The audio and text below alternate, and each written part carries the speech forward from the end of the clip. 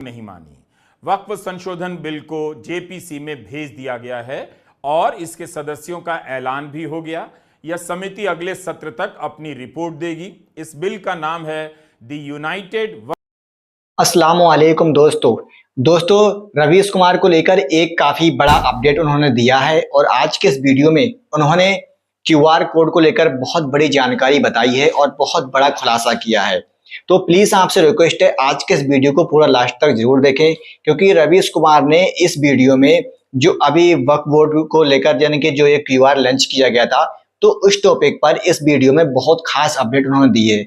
बहुत बड़ा खुलासा उन्होंने किया है जो कि जानने के बाद आप सभी लोगों को यकीन हो जाएगा कि सच में जो है मुसलमान लोगों के खिलाफ कितना बड़ा जो है यहाँ पर जुल्म किया जा रहा है। और दोस्तों मैं आप सभी लोगों को बता दूं, इस वीडियो को आप अपने दोस्तों में ज्यादा से ज्यादा शेयर जरूर कीजिएगा ताकि ये वीडियो जो है वो और लोगों तक भी पहुंच सके, ताकि और लोगों को इस बिल के बारे में पता चले। बहुत से लोग जो है गलत तरीके से उसको स्कैन कर रहे हैं, ताकि स्कैन करने से वो लोग बच जाएं। तो आखिर किस प्रकार से उसको स्कैन करना है, किस प्रकार से नहीं, इसका लिंक आपको डिस्क्रिप्शन में मिल जाएगा। मैंने पहले ही इस वीडियो को शूट कर दिया था। अगर आप डिस्क्रिप्शन में जाना नहीं चाहते तो ऊपर आई बटन में एक वीडियो मिल जाएगा, वहां पर भी आप जाकर देख सकते हैं। लेकिन आज का जो वीडियो है रवीश कुमार का, इन्होंने बहुत बड़ा अपडेट दिया है, बहुत बड़ा खुलासा किया है क्यूआर को लेकर। तो प्लीज आपसे रिक्वेस्ट है वीडियो को पूरा देखें। वक्फ संशोधन बिल को जेपीसी में भेज दिया गया है और इसके सदस्यों का ऐलान भी हो गया। यह समिति अगले सत्र तक अपनी रिपोर्ट देगी। इस बिल का नाम है the United Waqf act management empowerment efficiency and development act 1995।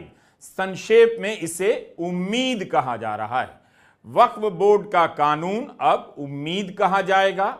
नाम इस तरह से रखा जा रहा है कि इसे उम्मीद कहा जाए, शायद वक्फ कहने में ऐतराज हो।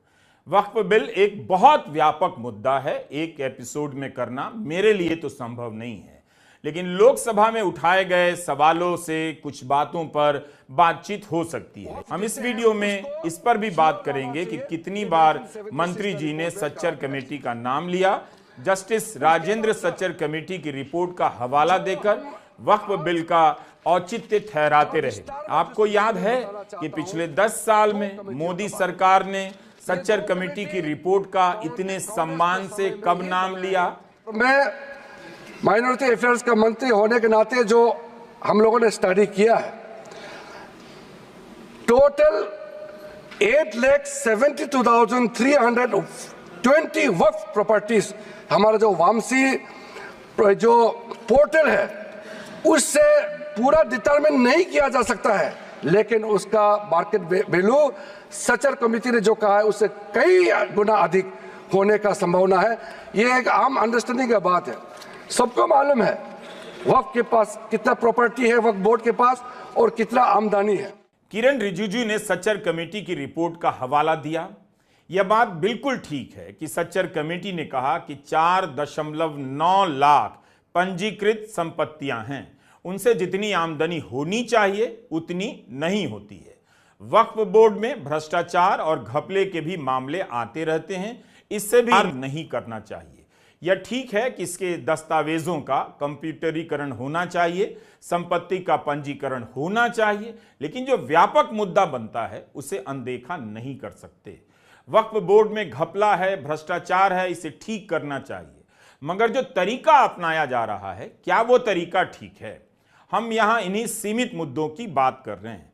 सरकार ने दलील दी कि वक्फ के पास लाखों एकड़ की जमीन है, तो फिर उसकी आमदनी उतनी क्यों नहीं हो रही है जितनी होनी चाहिए?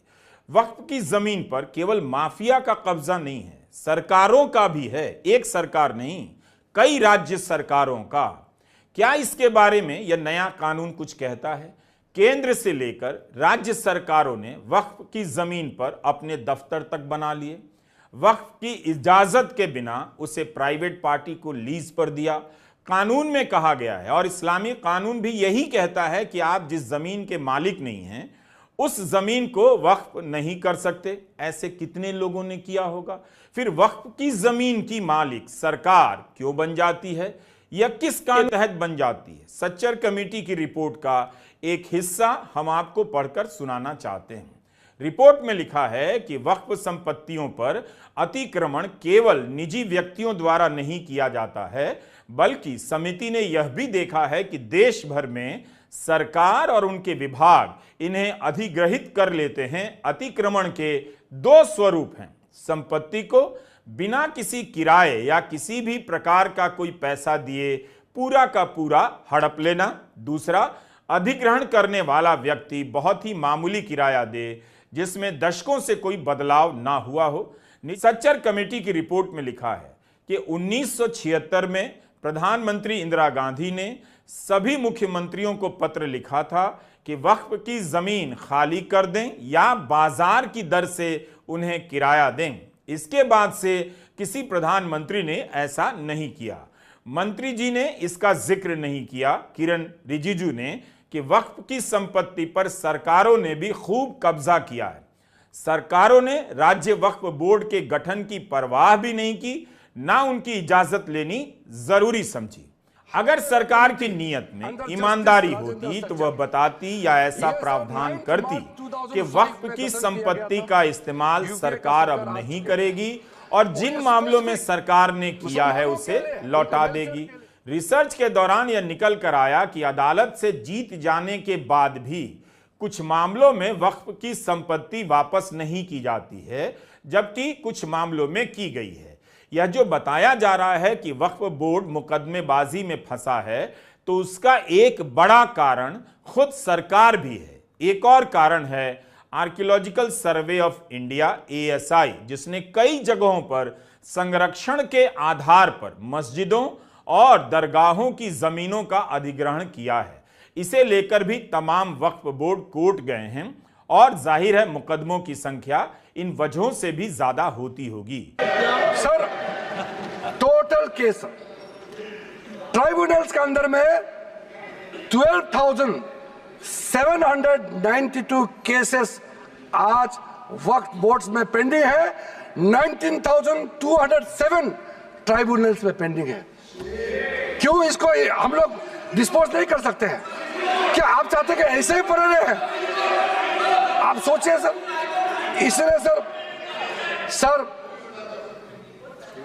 सर टाइमलाइन हमारे लिए बहुत जरूरी है। न्याय मिलना चाहिए, लेकिन समय पे न्याय मिलना चाहिए। क्या मोदी सरकार ने 10 साल ऐसा कुछ भी किया कि सरकार अपने अधिग्रहण को, अपने कब्जे को वापस ले और वक्फ की जमीन लौटा दे? तो मंत्री किरण रिजिजू जी को बता देना चाहिए।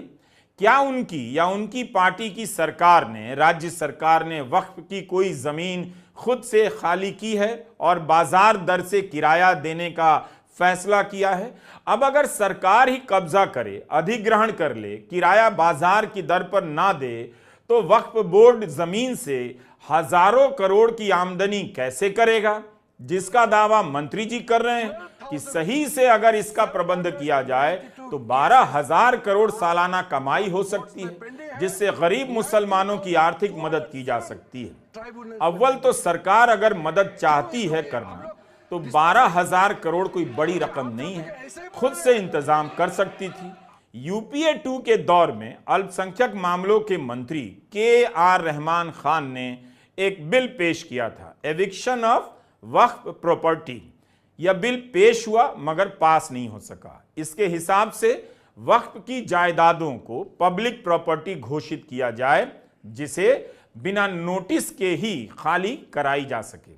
वह बिल पास नहीं हुआ। तो क्या मोदी सरकार इस बिल को पास कराना चाहेगी, फिर से पुनर्जीवित कर, ताकि जो वक्फ की जमीनों पर सरकार ने कब्जा किया है उसे पब्लिक प्रॉपर्टी घोषित कर